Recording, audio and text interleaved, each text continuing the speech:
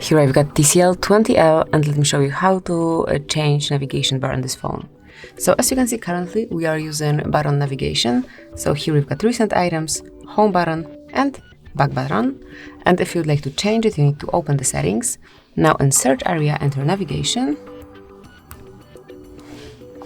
Go to system navigation, select system navigation, and here you can manage your navigation bar. So at first you can change the button layout right here. It's up to you. And then you can also apply gesture navigation right here.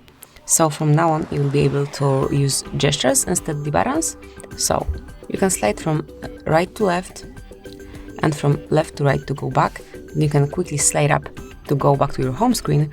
And if you'd like to see all recent items, just slide up and hold it for a while, just like this. And this is it. So you can manage navigation bar. Thank you for watching. Please subscribe our channel and leave the thumbs up.